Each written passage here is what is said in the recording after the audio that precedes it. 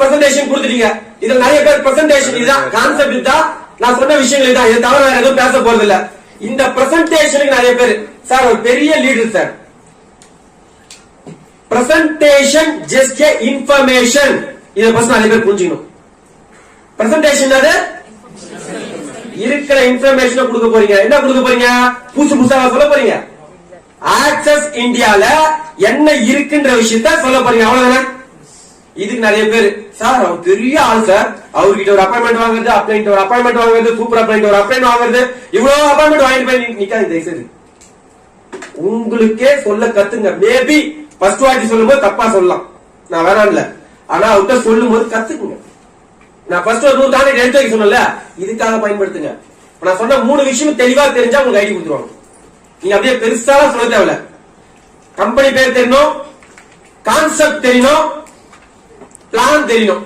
இந்த 3 விஷயத்துக்கு தெளிவா சொல்ல தெரிஞ்சா போதும். இத சொன்னதுக்கு அப்புறம் அவங்க திருப்பி ஒரு அடி அடிப்பாங்க. அந்த அடியை தாங்கக்கூடிய கெப்பாசிட்டி மனுஷனா இருக்கணும். இப்ப எக்ஸாம்பிள் நம்மளுக்கு குழந்தைலாம் பிறந்துச்சுன்னா தடுப்பூசி போடுறாங்க தெரியுமா? எதுக்காக போடுறாங்க? நோய் எதிர்ப்பு சக்தியா இல்ல நோயை இன்செக்ட் பண்ணி அதுக்கு எதிர்ப்பு சக்தியை உருவாக்குறது சக்தியா? நோயை இன்செக்ட் பண்ணி அதுக்கு உருவாக்குறது. ஆக்சுவலா வெளி உலகத்துல என்ன கிருமி இருக்கோ அந்த கிருமியை 1% எடுத்து இன்செக்ட் பண்ணிடுவாங்க. ஏன்னா உலகத்திலே நம்ம உடம்புல இயற்கையாவே நோய் எதிர்ப்பு சக்தி அதிகமா வரும். சடனா வரணும் ஃபேஸ் பண்ண முடியாதுன்றதுக்காக இன்ஜெக்ட் பண்ணோம்னா அது ரெடியாகி வச்சுக்கும். இதுக்கு பேர் தான் நோய் சக்தி. அந்த மாதிரி உங்க எல்லாரையுமே ஆக்சஸ் இந்தியான்றதுல கொண்டு போனீங்கன்னா இல்ல நெட்வொர்க் மார்க்கெட்டிங் கொண்டு போனா இந்த மாதிரி நோய் எதிர்ப்பு சக்தி உங்களுக்கு இப்ப இன்ஜெக்ட் பண்ண போறேன். சரியா? ஃபர்ஸ்ட் போற உடனே அவங்க அடிக்கிறதுக்கு ரெடியா இருப்பாங்க. எம்மலமா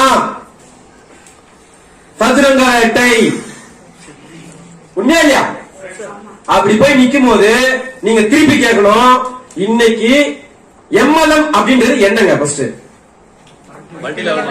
மல்டி லெவல் மார்க்கெட்டிங் இல்லாத ஒரு பிசினஸ் சொல்லுங்க. நாளைக்கு அம்பானி வந்து ஒரு ப்ராடக்ட் லான்ச் பண்றாரு, எப்படி டைரக்டா அவரே லான்ச் பண்ணிட்டு அவரே கடைக்கடையா சேல்ஸ் பண்ணிட்டு அவரே சேல்ஸ் மேன வேலை பார்த்துட்டு அவரே மார்க்கெட்டிங் வேலை பார்த்துட்டு அவரே மேனுபேக்சர் வேலை பார்த்துருவாரா? மல்டி லெவல் மார்க்கெட்டிங்கிறது தனக்கு கீழே மல்டி லெவல வச்சு தனக்கான பிசினஸ் க்ரோத் பண்றதுக்கு பேர் தான் மல்டி லெவல் மார்க்கெட்டிங். கரெக்டா? கரெக்டா? இந்த மல்டி லெவல் மார்க்கெட்டிங் எல்லாரும் தான் பண்றாங்க. மார்க்கெட்டிங் எல்லாரும் தான் பண்றாங்க. இது என்ன ஸ்பெஷலான விஷயம்? அடுத்தது சதுரங்க வேட்டையான்னு கேட்பாங்க. சரி, ஒரே ஒரு நெட்வொர்க்கை பத்தி ஒரு படத்துல என்னன்னு சொல்லிருக்காங்க? தண்ணிய ஊத்தி சேல்ஸ் பண்ணுவான். அதுதான் கான்செப்ட். கான்செப்ட் தப்பா இல்லையா? ஆனா ஒரு படம் வந்ததுக்கே நம்மள இவ்வளவு அடி அடிக்கிறாங்களே. எத்தனை எம்எல்ஏ கேட்டவங்க எத்தனை படம் வந்திருக்கு? எத்தனை போலீஸ் கேட்டவங்க எத்தனை படம் வந்திருக்கு? உண்மையா எங்க வராது என்ன பாக்குறத பார்த்தா வரதே இல்லைன்னு தோணுது. இல்ல இப்படி கேட்கணும், எத்தனை போலீஸ் நல்லவங்க காமிச்சிருக்காங்க. அப்ப இந்த மாதிரி எல்லா இண்டஸ்ட்ரியும் இருக்குதாங்க. எந்த இண்டஸ்ட்ரியில 100% எதுவுமே இல்லைன்னு சொல்லுவீங்க? எல்லா இண்டஸ்ட்ரியும் இருக்குதாங்க. ஒரு படம் வந்ததுக்கு அவங்க இதை சொல்றாங்கன்னா நம்ம ஸ்ட்ராங் கிடையாது. சொன்னவங்க திரும்பி நம்ம அடிச்சோம், அவங்க கேள்வி கேட்க மாட்டாங்க. எப்படி அடிக்கணும் நான் கேட்பேன். சரிப்பா எல்லாம் கரெக்டுப்பா. சதுரங்க வேட்டையில என்ன சொன்னாங்க? ஒரு செக் கொடுத்தா பவுன்ஸ் ஆகும், நான் செக் போட்டா பணம் வருது. இப்ப என்ன தப்பு? பேசுங்க. நெக்ஸ்ட், ஆள் சேர்க்கிற பிசினஸா? நான் என்ன பண்ணுவேன்னா என்ன கேட்பாங்களா, ஆள் சேர்க்கிற பிசினஸா? நான் ஒண்ணு அப்பா ஐயோ இது ஆள் சேர்க்கிற பிசினஸா தெரியாம போச்சு. சரி நீ ஒரு பிசினஸ் சொல்ல, ஆளே சேர்க்காம இங்க இருக்க 1 லட்சம் ரூபாய் தரங்க, ஆளை சேர்க்காம ஒரு பிசினஸ் சொல்லுங்க. ஆளை சேர்க்காம ஒரு பிசினஸ் சொல்லுங்க. நான் வந்து எல்லாரும் நல்லா இருக்குன்னு சொல்லி ஒரு கோயில் கட்டுறேன், என்ன பண்ணணும்? டொனேஷன் கொடுங்க. ஆளை சேர்க்கணும்ல, யாருமே வரல, கோயில் கிடையாது. நான் ஸ்கூல் கட்டுறேன், எஜுகேஷன் கொடுக்கணும்ட்டு, அதனால என்ன பண்ணோம்? ஆனா ஆள் சேர்க்கணும். அதே பாருங்க, ஆள் கம்மியா சேர்த்தா டியூஷன் சென்டர், ஆள் அதிகமா சேர்த்தா ஸ்கூல். ஆளை வச்சுதான் மெஜாரிட்டியா இருக்குது. சரிங்க, நான் நல்லது பண்ணணும் கட்சி ஆரம்பிக்கிறேன், என்ன பண்ணணும்? இந்த உலகத்துல எல்லாமே ஆள் சேர்க்கும் போது அதெல்லாம் நெட்வொர்க் மார்க்கெட்டிங் மட்டும் ஆள் சேர்க்கறது சொல்றா, அங்கெல்லாம் போய் கேட்க முடியுமா உங்களால?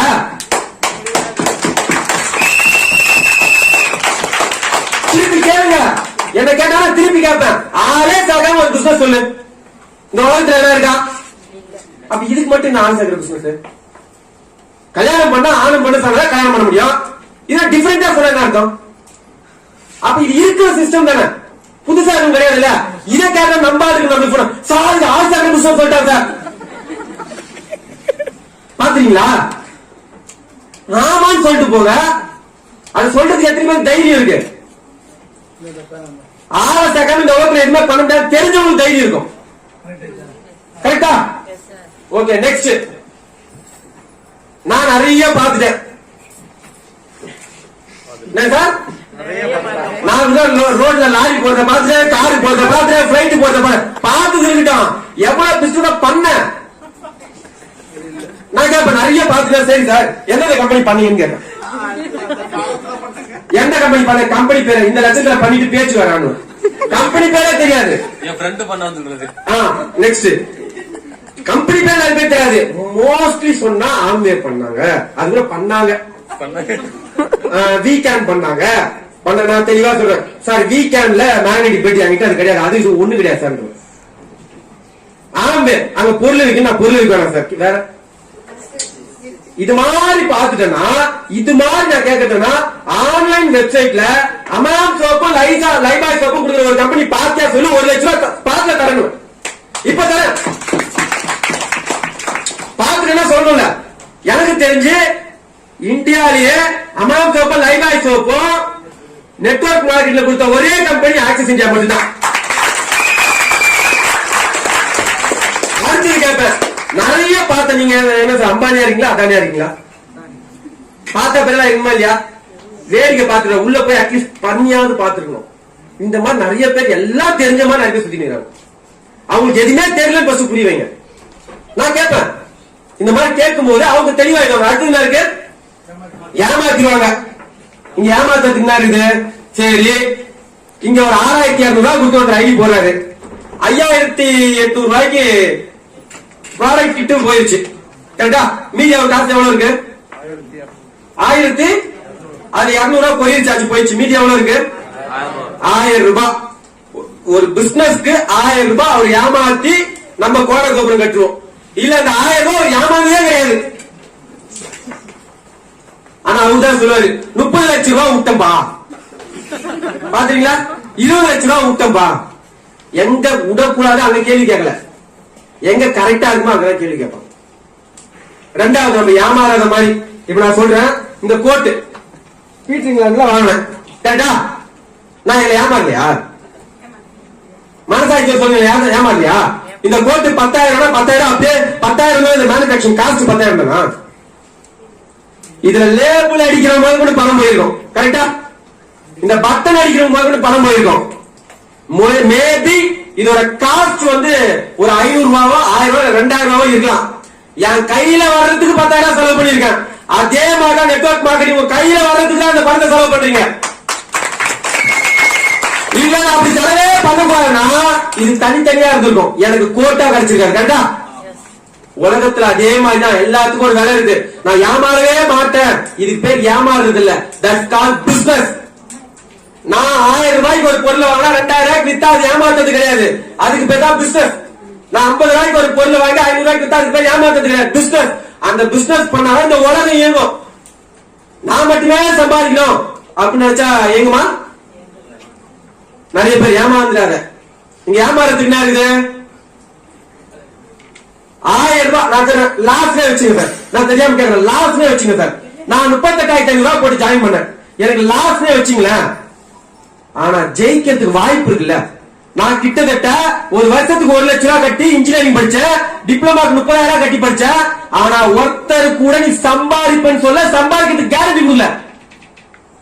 ஆனா ஒரு டாக்டர் கிட்ட போங்க, கிட்டத்தட்ட 70 வருஷம் ஆபரேஷன், அண்ணனுக்கு ஆபரேஷன் பண்ணும்போது டாக்டர் கிட்ட நான் பேசுறேன், கிட்டத்தட்ட ஒரு 70 வருஷம் எக்ஸ்பீரியன்ஸ், தலையாணிக்கு இப்படி ஆடுது. அந்த ஹாஸ்பிட்டல் அவங்க சீனியர் ஹாஸ்பிட்டல் டாக்டர், ஆபரேஷன் பண்ணும்போது கையெழுத்து வாங்கணும், அண்ணனுக்கு என்ன ஆச்சுன்னா கேட்க கூடாது. சீரியஸ், கிட்டத்தட்ட 50-60 வருஷம் எக்ஸ்பீரியன்ஸுக்கு அவரே கேரண்டி கொடுக்க மாட்டாரு. ஆனா ஒரு நெட்வொர்க் கொடுக்குறோம், நீ கட்ட காசுக்கு நான் கூட சம்பாதிக்க வைக்கிறது எவ்வளவு பெரிய விஷயம் இல்லை. இன்னைக்கு யார் கொடுக்குற இந்த மாதிரி விஷயம்? அப்ப நீங்க ஒரு ஒருத்தரும் கான்பிடன்ட் கொடுக்குறீங்க, அதுக்கப்புறம் அவன் அவங்க பிசினஸ் வரணும், நம்ம பொறுப்பு கிடையாது. உண்மையா இல்லையா? அவங்க பிசினஸ் வரணும்னா நம்ம பொறுப்பு கிடையாது. நம்ம வேலை என்னது? ஸ்கூல்ல டீச்சரோட வேலை எல்லாருக்கும் சரி சம்மா சொல்லி கொடுக்குறது, படிக்க வேண்டியது ஸ்டூடெண்டோட வேலை. கிளாஸ்ல இருக்க 2 பேர் கையில பார்த்து நம்ம உட்காரக்கூடாது, அது அவங்களோட மனப்பான்மை. நம்ம கொடுக்க வேண்டியதை கரெக்டா கொடுக்கணும். நெக்ஸ்ட் என்ன சார் சொல்றாங்க? ஏமாந்துறாங்க சொல்லிட்டேன். அடுத்தது ஆம்பேவா, ஏன்னா அது மட்டும் தான் எல்லாருக்கும் தெரியும். அங்கேயும் நிறைய பேர் சார் ஆம்பே தான் பண்ண மூட்டு போயிட்டாங்க. இன்னைக்கு ஆம்பே திறந்திருக்கியா? 1950 நியூட்ரலைட் இந்த கம்பெனி நெட்வொர்க் ஸ்டார்ட் பண்ணி அவங்க வந்து பிரிஞ்சு வந்தவங்க ஆம்பே. இன்னைக்கும் பெஸ்டா பண்ணிட்டு இருக்காங்க. மூடலாம் கிடையாது. எந்த நெட்வொர்க் கம்பெனி 90% 95% மூட மாட்டாங்க. இங்க பிரச்சனை என்ன தெரியுமா? நான் ஜாயின் பண்ணிடுவேன், 2 நாள் பிசினஸ் பண்ணுவேன். பிசினஸ் எனக்கு வராது, ஏன்னா இன்வெஸ்ட்மெண்ட் கம்பெனியோட விட்டு வந்துருவேன். என்ன கேட்டா கம்பெனி மூட்டாங்க. நிறைய இடத்துல வந்துட்டு இருக்கு. இன்னைக்கு ஒரு பிசினஸ் எடுத்தா ஆவரேஜ் புள்ளி ரிப்போர்ட், எனி பிசினஸ் 10 பேர் ஸ்டார்ட் பண்ணா 8 பேர் மூடிடலாம். ஆனா வெளியே போய் தப்பா பேச தெரியாது. நான் ஒரு ஷாப் வைக்கிறேன்னா நான் வெளியே போய் இன்னைக்கு எல்லாமே சக்சஸா? இன்னைக்கு எத்தனை கடையில கடை ஓபன் பண்ணி க்ளோஸ் பண்ணிருக்காங்க? நிறைய நடக்கலாம் இல்லையா? ஆனா வெளியே போய் தப்பா பேச மாட்டேங்க. ஏன் தெரியுமா? மக்கள் அவங்க திருப்பி பேசிடுவாங்க, நீ ஒழுங்கா பண்ணலன்ட்டு. ஆனா நெட்வொர்க் மார்க்கெட் தான் கெத்து. நான் ஒழுங்கா அந்த கம்பெனி மூட்டேன். அந்த கம்பெனியை திறந்தா வச்சிருப்பாங்க. நம்மளுக்கு வருமானம் வரலன்ட்டு இல்ல, நம்ம ஒழுங்கா வேலை செஞ்சிருக்க மாட்டோம். கிளியரா சொல்றாங்க, 2 பேரை ஜாயின் பண்ணாதான் பணம். உலகத்துல சேல்ஸ் நடந்தாதான் பணம். அம்பானியா இருந்தாலும் அதானியா இருந்தாலும் நாளைக்கு கால அம்பானி எங்க அப்பா பெரியாரு அப்படிலாம் கிடையாது. அவர் கடையில சோப்பு வித்தாலும் அவர் கடையை வந்து தர முடியும். உண்மையா இல்லையா? மிகப்பெரிய கம்பெனி ஓனரா இருந்தாலும் அன்னைக்கு நடப்பதற்கு தான் அவருக்கு வருமானம். அன்னைக்கு ஆளுல இருந்து சரணா ஸ்டோர் ஒரு வியாபாரம் கிடையாதுங்க. எப்படி அவங்க அப்பா பண்ண பிசினஸ் கோடி கூட உன வீட்டுக்கு போயிட்டே இருக்குமா? நாளைக்கு காலைல சரணா ஸ்டோர் பிசினஸ் அவருக்கு வருமானம் கிடையாது. அப்ப எனி பிசினஸ் ரொட்டீனா நடந்துட்டே இருந்தாதான் வருமானம். அடுத்தவங்க கேட்பாங்க, அண்ணன் சொன்னாரு, அங்கே சொல்லிட்டாரு, இதெல்லாம் ஒரு சரி எனக்கு தெரியல, இது ஒரு பொழப்பான்னு. வேற பொழப்பு நீங்க சொல்லுங்க, நான் பண்றேன். உண்மையா இல்லையா? எல்லாம் நான் வந்து ஒரு பிசினஸ் பண்றேன்னு வச்சுப்போம், கோடி கணக்கில் முதல்ல போட்டு ஏதாவது ஒரு பிசினஸ் சொல்லுங்க. இங்க இருந்து ஏதாவது பிசினஸ் சொல்லுங்க. ஏதாவது ஒரு பிசினஸ். ரெஸ்டாரண்ட் ஸ்டார்ட் பண்ணிட்டேன். ரெஸ்டாரண்ட் இன்வெஸ்ட்மெண்ட் எவ்வளவு?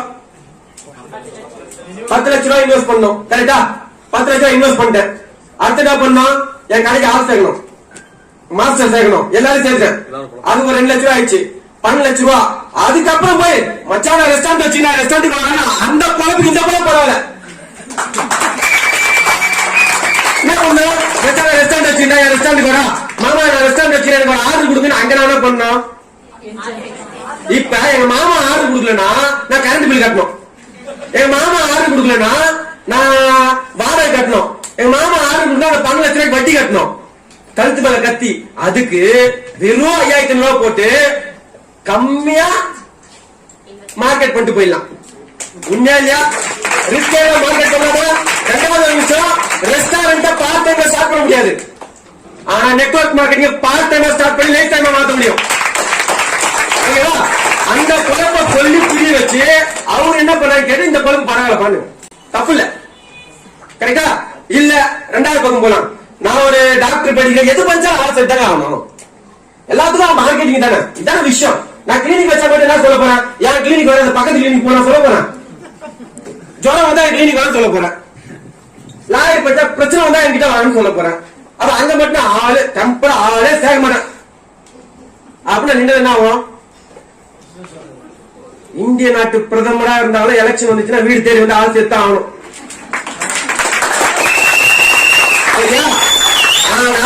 அவங்க எல்லாம் ஆளை சேர்க்கறத பெருமையா நினைக்கிறாங்க, நம்ம ஆளை சேர்க்கறத சிறுமியா நினைக்கிறோம். அதனால நம்ம எப்படி இருக்கு தெரியுமா? யாரு இவங்களா சொல்லுங்க?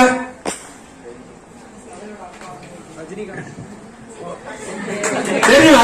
மீட்டிங் அட்டெண்ட் பண்ணவங்க சொல்ல வேணாம், தெரியாதவங்க சொல்லுங்க. யாரு ஃபர்ஸ்ட் வைக்க? யாரு தெரியலையா? செகண்ட் யாரு? தேர்டு தெரியல. யாரோ ஒருத்தர் சொல்லிட்டாரு, அதே ரிமைண்ட் பண்ணிருக்காங்க. சரி, இப்ப சொல்றேன் பாருங்க. Next, father of Rajini, father of Dhoni, father of Ajith. ஆள் சேர்க்க மாட்டோம் சொல்றவங்கள அவங்க வீட்டுல இருக்கவங்களுக்கே தெரியாது. ஆள் சேர்ப்பன் சொன்னவங்க கீழே இருக்க எல்லாரும் தெரியுது. உண்மையா இல்லையா? எங்க ஃபாதர் ஆஃப் ரஜினி யாருக்கா தெரிஞ்சா? ஃபாதர் ஆஃப் தோனி யாருக்கா தெரிஞ்சா? ஃபாதர் ஆஃப் அவங்க எப்படி ஆள் சேர்த்தாங்கன்னு காமிக்கிறேன் பாருங்க. நெக்ஸ்ட் யாருங்க ஒரு ஃபர்ஸ்ட் போட்டோல இருக்காரு? என்ன சொல்றாரு? அவரோட 100 மில்லியன் சொத்து இருக்கவரு என் வீட்டுல நான் கழுவுறேன் நீங்களும் வாங்கன்னு கூப்பிடுறாரு. எந்த கம்பெனி வேலை செய்யறாரு? ஆனா அவர் செஞ்சா தப்பு இல்ல. நம்ம போய் 2 பேர்ட்ட பேசினா தப்பு. கரெக்டா? அடுத்தது யாருங்க? அவரோட மந்த்லி இன்கம் எவ்வளவு கேட்டீங்கன்னா ரொம்ப வீக்லி டெய்லி பாருங்க 3,69,000 ரூபாய் டெய்லி இன்கம். 36 லட்சம் ரூபாய் daily income, one day income. ஆனா அவரு 25 ரூபாய் ஊதுபத்திக்கு விளம்பரம் கொடுத்துருக்காரு. நான் பெரிய ஆளு 25 ரூபாய் ஊதுபத்திக்கு விளம்பரம் கொடுக்க மாட்டேன்னு சொல்லியிருந்தாருன்னா அவர் அந்த இடத்துல போயிருக்க மாட்டாரு. அடுத்தது யாருங்க? அவரு இந்திய டீமோட கேப்டன். 5 ரூபாய் லேஸ்க்கு சட்டையை ஊத்தி நிக்கிறாரு. உண்மையா இல்லையா? பெப்சி லேஸ் தானே வராரு. லேஸ் வந்து வராருல. நம்ம தான் ஒண்ணு. அவங்க பணம் வந்தா எல்லாமே பண்ண ரெடியா இருக்காங்க.